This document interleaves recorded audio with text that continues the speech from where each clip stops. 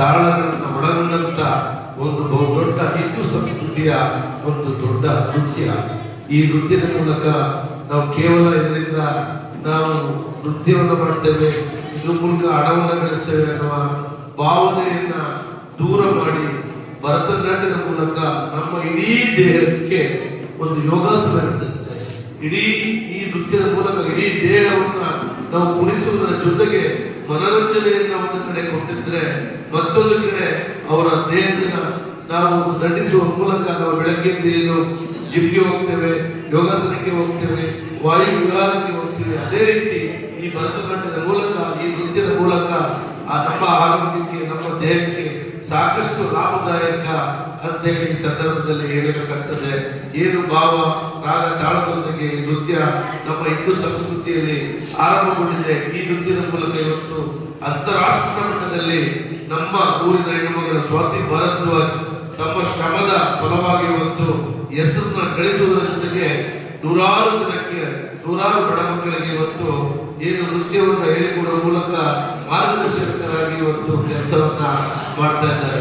ಅವ್ರ ತಂದೆ ಪ್ರಕಾಶ್ ಇರ್ಬೋದು, ಪ್ರಕಾಶ್ ದಂಪತಿ ಇರ್ಬೋದು, ಅವರ ಶ್ರಮ ನಿಜವಾಗ್ಲೂ ಕೂಡ ಸ್ವಾತಿಯನ್ನ ಇವತ್ತು ಅಂತಾರಾಷ್ಟ್ರೀಯ ಮಟ್ಟಕ್ಕೆ ಕೊಂಡೊಯ್ಯಲಿಕ್ಕೆ ಸಾಧ್ಯವಾಗಿದೆ ಅಂತೇಳಿ ಹೇಳ್ತಾ, ಈ ಹಿಂದಿನ ನಮ್ಮ ಚಾರುಕೀರ್ತಿ ಗುರುಗಳ ಸಂಪೂರ್ಣ ಆಶೀರ್ವಾದದೊಂದಿಗೆ ಇವತ್ತು ಸ್ವಾತಿ ಭಾರದ್ವಾಜ್ ದೇಶ ವಿದೇಶಗಳಲ್ಲಿ ತನ್ನ ಮೆಟ್ಟಿಲುಗಳನ್ನು, ಮೈಲುಗಳನ್ನ ಹೇಳಲಿಕ್ಕೆ ಸಾಧ್ಯವಾಯಿತು. ಅದಕ್ಕೆ ಸಂಪೂರ್ಣ ಆಶೀರ್ವಾದ ನಮ್ಮ ಚಾರುಕೀರ್ತಿ ಶ್ರೀಗಳ ಆಶೀರ್ವಾದ ಇತ್ತು ಅಂತ ಹೇಳ್ತಾ, ಮುಂದಿನ ದಿನಗಳಲ್ಲೂ ಕೂಡ ಅಭಿನವ ಚಾರುಕೀರ್ತಿಯವರ ಆಶೀರ್ವಾದ ಸ್ವಾತಿ ಭಾರದ್ವಾಜ್ ಇರ್ಬೋದು, ಈಗ ಏನು ರಂಗ ಪ್ರವೇಶವನ್ನ ಮಾಡ್ತಾ ಇದೆ ಪುಟಾಣಿ, ಆ ಮಗು ಮೇಲೂ ಕೂಡ ಇರ್ಲಿ ಅಂತ ಹೇಳ್ತಾ, ಇಂಥ ಭರತನಾಟ್ಯದ ಮೂಲಕ ನಮ್ಮ ದೇಶದಲ್ಲಿ ಸಂಸ್ಕೃತಿಯನ್ನ, ಸಂಸ್ಕಾರವನ್ನ ನಾವು ಮತ್ತೆ ಮತ್ತೆ ಹೆಚ್ಚು ಹೆಚ್ಚು ಕಟ್ಟಲಿಕ್ಕೆ ಸಾಧ್ಯವಾಗುತ್ತೆ ಅಂತ ಹೇಳ್ತಾ, ಇವತ್ತು ರಂಗ ಪ್ರವೇಶ ಮಾಡಿರ್ತಕ್ಕಂಥ ಆ ಮಗು ನಮ್ಮ ಸ್ವಾತಿಯ ಮಾದರಿಯಲ್ಲಿಯೇ ಬೆಳೆಯುವುದರ ಮೂಲಕ ನಮ್ಮ ಊರಿಗೆ, ನಮ್ಮ ದೇಶಕ್ಕೆ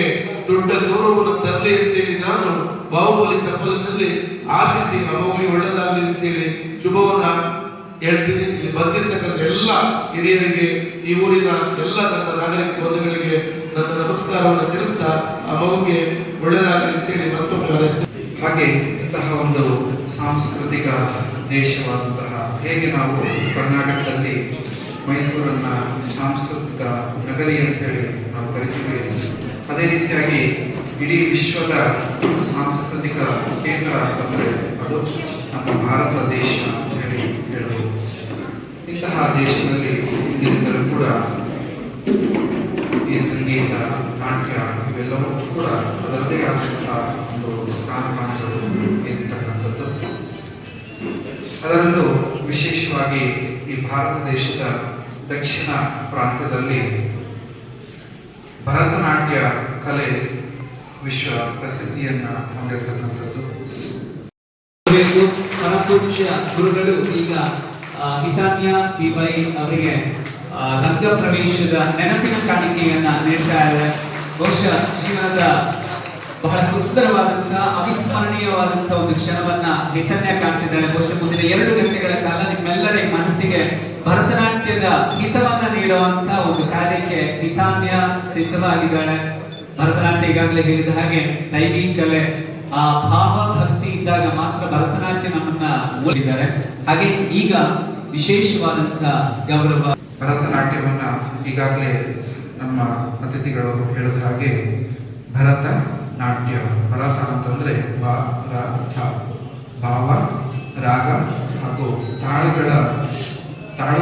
ತಾಳಗಳು ಈ ಭಾವ, ರಾಗ ಮತ್ತು ತಾಳಗಳ ಸಮ್ಮಿಶ್ರಿತವಾದಂತಹ ಒಂದು ನೃತ್ಯವೇ ಅಥವಾ ನಾಟ್ಯವನ್ನ ಭರತನಾಟ್ಯ ಅಂತ ಹೇಳಿ ಕರೆದುಕೊಂಡು ಬರಲಾಗ್ತದೆ.